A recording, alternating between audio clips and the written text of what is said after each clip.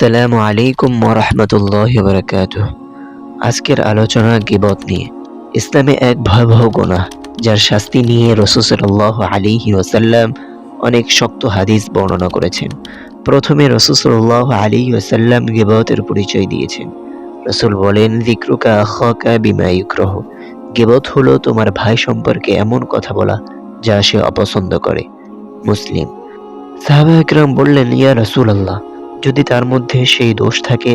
তিনি বললেন, ইন কানা ফীহি মা তাকুলু ফাকাদ ইগতাবাতাহু ওয়া ইন লাম ইয়াকুন ফীহি ফাকাদ বাহাত্তাহু। যদি সত্যিই তার মধ্যে এই দোষটি থাকে তবে তুমি গীবত করলে, আর না থাকলে তুমি তার উপর মিথ্যা অপবাদ দিলে। মৃত ভাইয়ের গোশত খাওয়ার সাথে তুলনা করা হয়েছে গীবতকে। আল্লাহ তাআলা ইরশাদ করেছেন, ওয়ালা ইয়াগতাব বা'দুকুম বা'দা আইয়ুহিব্বু আহাদুকুম আইয়াকুলা লাহমা আখিহি মাইতা। তোমাদের কেউ কি চায় তার মৃত ভাইয়ের মাংস খেতে? সূরা হুজরাতের 12 নং আয়াতে আল্লাহ পাক এটা ইরশাদ করেছেন। রাসূল সাল্লাল্লাহু আলাইহি ওয়াসাল্লাম এই আয়াত তেলাওয়াত করে বলেন, গীবতকারী লোক মৃত ভাইয়ের মাংস খাওয়ার মতো কঠিন গুনাহে লিপ্ত হয়। তাফসীর ইবনে কাসির। রাসূল সাল্লাল্লাহু আলাইহি ওয়াসাল্লাম ইরশাদ করেছেন, আতাদরুনা মানিল মুফলিস? তোমরা জানো দেউলিয়াকে? সাহাবায়ে কেরাম বললেন, যার দুনিয়ার সম্পদ নেই।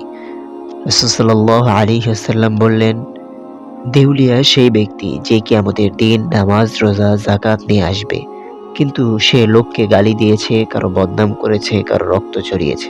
ফলে তার নেকিগুলো ভুক্তভোগীদেরকে দিয়ে দেওয়া হবে। শেষে তার কোনো নেকি অবশিষ্ট থাকবে না। গীবতের শাস্তি সম্পর্কে নবী সাল্লাল্লাহু আলাইহি ওয়াসাল্লাম ইরশাদ করেছেন, আমি মেরাজের রাতে এক ভয়ঙ্কর দৃশ্য দেখেছি। আমি এমন এক জাতিকে দেখলাম যাদের নখ ছিল তামার মতো। তারা নিজেদের মুখ ও বুক নখ দিয়ে আঁচড়াচ্ছিল। রাসূল সাল্লাল্লাহু আলাইহি ওয়াসাল্লাম জিজ্ঞাসা করলেন, এরা কারা? তখন ফেরেশতারা বললেন, হাউলাইল লাযীনা ইয়াকুলুনা লুহুমান নাস। এরা সেই লোক যারা মানুষের গীবত করত এবং তাদের সম্মানহানি করত। রাসূল সাল্লাল্লাহু আলাইহি ওয়াসাল্লাম আরো ইরশাদ করেন, আমি এমন এক দল লোকের পাশ দিয়ে গেলাম, তাদের ঠোঁট আগুনের কাঁচি দিয়ে কাটা হচ্ছিল। আমি জিজ্ঞাসা করলাম, এরা কারা? ফেরেশতারা বলল, এরা সেই লোক যারা মানুষকে নসিহত করত কিন্তু নিজেরা করত না।